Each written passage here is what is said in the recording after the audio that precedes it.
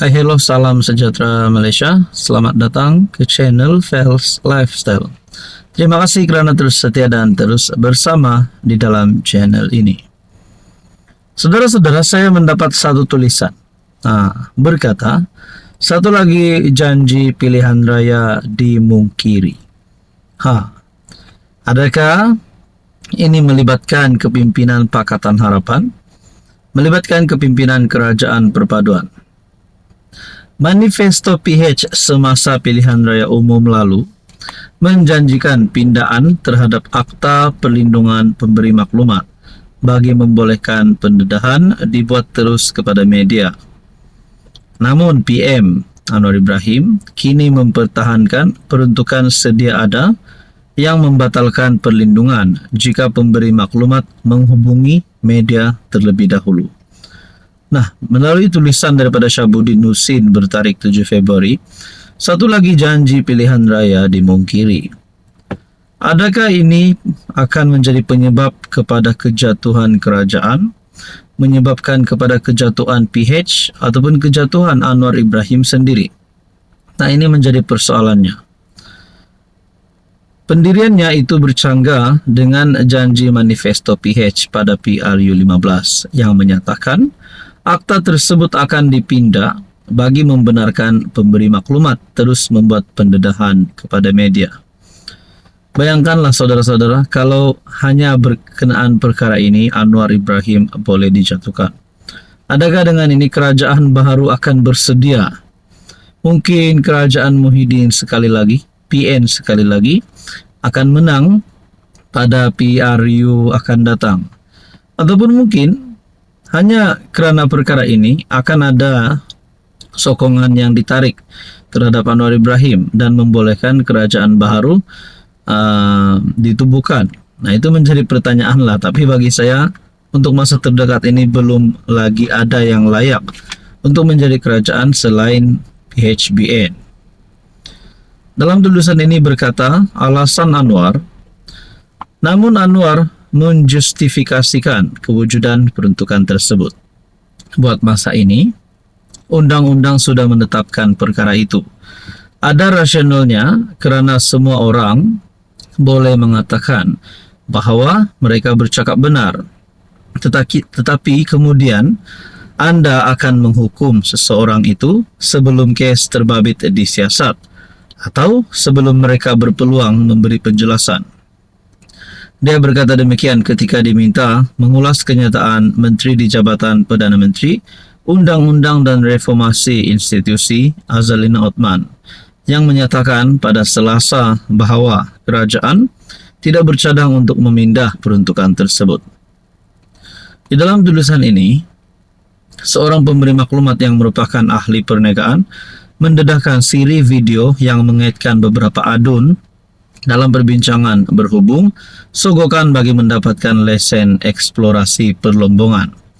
Ketua Menteri Sabah Haji Jinor menafikan dakwaan tersebut mendakwa ia cubaan untuk menggugat kerajaan negeri dan mencemarkan reputasinya menjelang pilihan raya negeri.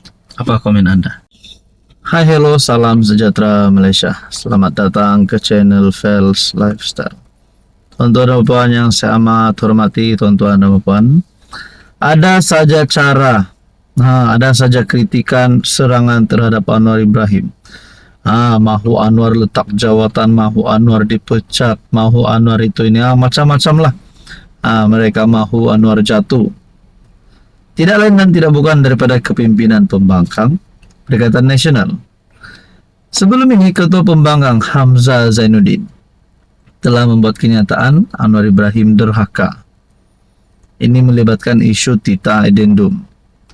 Ini lagi satu tulisan daripada Harapan Daily. Tuduh PM derhaka, satu fitnah jahat.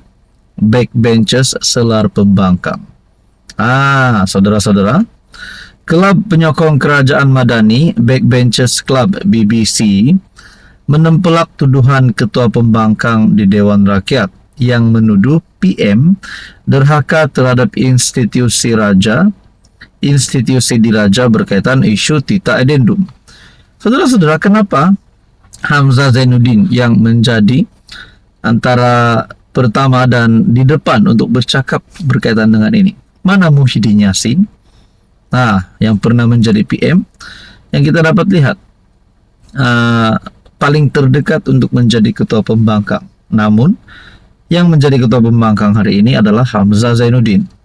Adakah Muhyiddin lari? Adakah Muhyiddin hilang takut Anwar Ibrahim? Itu menjadi persoalan dan pertanyaan. Dan yang seterusnya, kalau PM derhaka, kenapa hari ini Anwar Ibrahim masih memegang jawatan Perdana Menteri? Kalau derhaka sudah layak dipecat.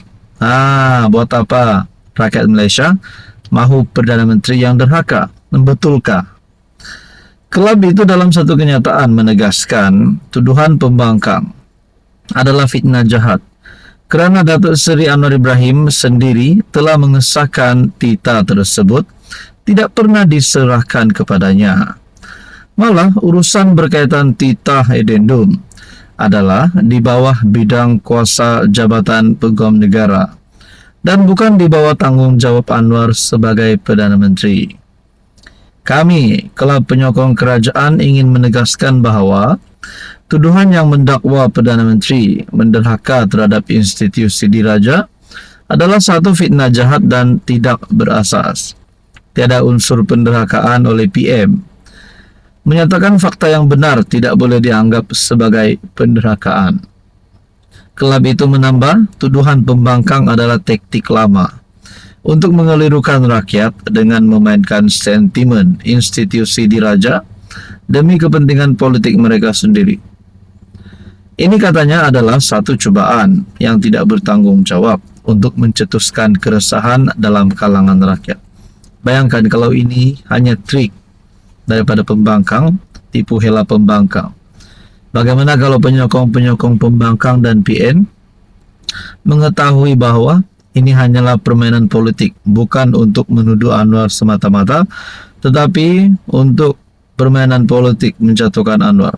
Adakah selepas ini PN akan hilang sokongan pula? Dalam artikel ini berkata, Ketua Pembangkang seharusnya lebih bertanggung jawab dalam mengeluarkan kenyataan, bukan menyebarkan dakwaan tidak berasas demi kepentingan politik semata-mata. Selain itu, dakwaan bahawa pelabur tidak akan masuk ke negara ini kerana kononnya berlaku penderhakaan adalah tidak berasas. Keputusan pelabur bergantung kepada kestabilan ekonomi, polisi mesra pelabur dan keyakinan terhadap pimpinan negara, bukan fitnah politik yang tidak berlandaskan realiti. Saudara-saudara yang saya hormati, ini mungkin cukup untuk menyekolahkan Ketua Pembangkang Hamzah Zainuddin. Apa komen Anda?